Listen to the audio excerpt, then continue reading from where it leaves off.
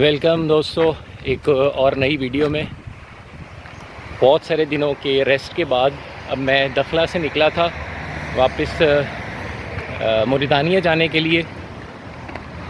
तो मोरितानिया जाने के लिए अब जैसा कि इन्होंने कहा था कि मैं बाई एयर ही जा सकते हैं। अब वो जो वीज़ा है वो ऑन अराइवल वीज़ा वो एयरपोर्ट पे ही मिलेगा। तो उसके लिए दखला से डायरेक्ट नौकशॉट जो कि कैपिटल है मोरितानिया का, दखला से डायरेक्ट कोई फ़्लाइट नहीं जाती क्योंकि वो बिल्कुल बॉर्डर के ऊपर है। बड़ा छोटा सा एक कस्बा है। तो मैं तो वहाँ गया इसीलिए था कि वहाँ से और थोड़ा सा आगे जाके तो जो बॉर्डर है वो हमने क्रॉस करना था। तो खैर दखला से अब मैं आया हूँ वापस कासाब्लांका, और कासाब्लांका से एक डायरेक्ट फ़्लाइट जाती है 3 घंटे की नौकशॉट। तो वो मिल भी मुझे सस्ती गई थी, तो इसलिए वो मैंने बुक कर ली। अब आज मैं पहुंचा हूँ दखला से कासाब्लांका, और जो नौकशॉट की फ़्लाइट है वो है कल यानी नेक्स्ट डे।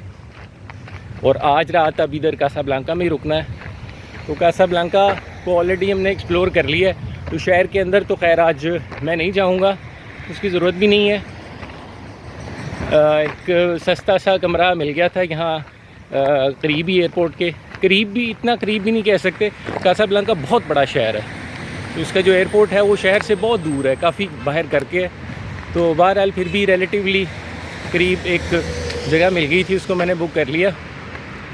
तो वो मैंने एयरपोर्ट पे आके देखा है, उसकी जब लोकेशन डाली है तो पता चला वो इतनी करीब भी नहीं थी जितनी मैं सोच रहा था। वो है काफ़ी दूर ही है। मैं सोचा था पैदल ही वहाँ चले जाएंगे, लेकिन वो यहाँ आके मुझे पता चला कि वो पैदल तकरीबन 1 घंटे की दूरी पे है। तो अगर टैक्सी करवाते तो उसने 8 से 10 मिनट में पहुँचा देना था। लेकिन अब कुछ है, काम तो है कोई नहीं करने के लिए, तो फारिग ही हूँ मैं। तो मैंने कहा चलो पैदल ही चलते हैं, थोड़ा सा रास्ता भी देखते हुए जाते हैं। रास्ता तो सारा ये वीरान ही है। तो मैं अब एयरपोर्ट से जा रहा हूँ जो रूम मैंने बुक किया था कासाब्लांका में, और वो रूम है एयरपोर्ट से करीबन, मुझे अभी गूगल मैप ने जो दिखाया वो 6 किलोमीटर। तो अब ऐसा कोई खास जल्दी तो है नहीं है हमें, तो पैदल ही चलते हैं। टाइम थोड़ा ज़्यादा लगेगा, घंटा एक लग जाएगा। तो घंटा चलते हैं, एंजॉय करते हुए जाते हैं। वैसे टैक्सी भी कोई इतनी ज़्यादा महंगी नहीं है अगर बारगेन कर सकते हो तो। वैसे तो खैर मैंने बताया था पहले भी कि अगर आप को बारगेन नहीं आती, जैसे ही वो टैक्सी वाला देखेगा कि टूरिस्ट है, बाहर से आया बंदा, तो वो आपसे 10 गुना ज़्यादा पैसे मांगेगा। राइट से अगर 20 दिरहम लगते हैं तो वो आपसे 100 दिरहम मांगेगा। तो अगर आपको नहीं पता तो फिर आप ज़ाहिर है दे भी देंगे। तो खैर अगर पता है आपको तो आप उसको उतने ही देंगे जितने बनते हैं। तो इस वक्त खैर इशू पैसों का नहीं है।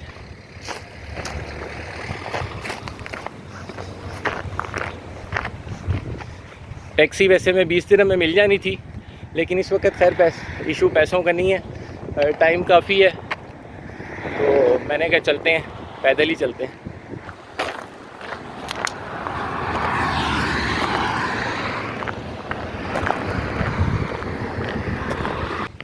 ये एयरपोर्ट के आसपास कोई ना, ये सारा इंडस्ट्रियल एरिया था जिसमें से मैं गुज़र के आया हूँ, और बाकी सारा का सारा इलाका बिल्कुल ही वीरान है। तो आबादी कुछ बहुत ज़्यादा ही दूर है। वो खैर कुत्ते पड़ गए यार।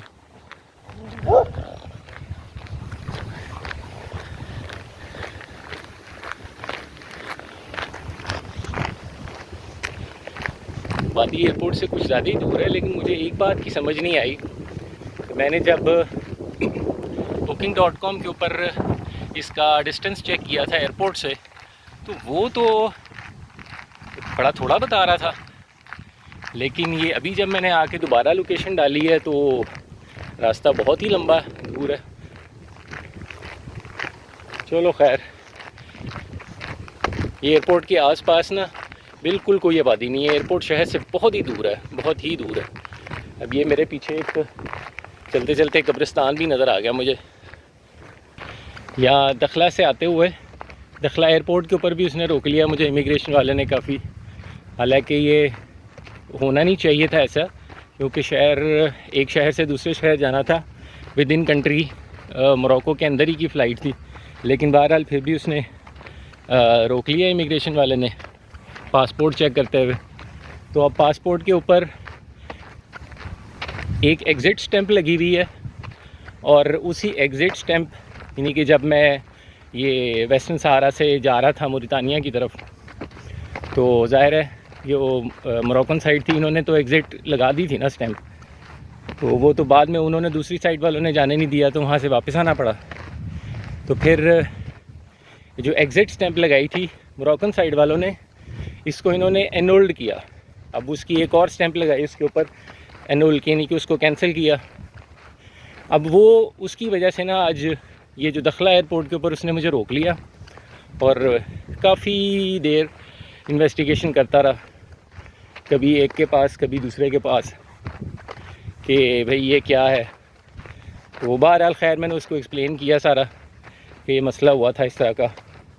फिर दोबारा काफ़ी देर इधर उधर पूछगछ करने के बाद उसने क्लियर कर दिया।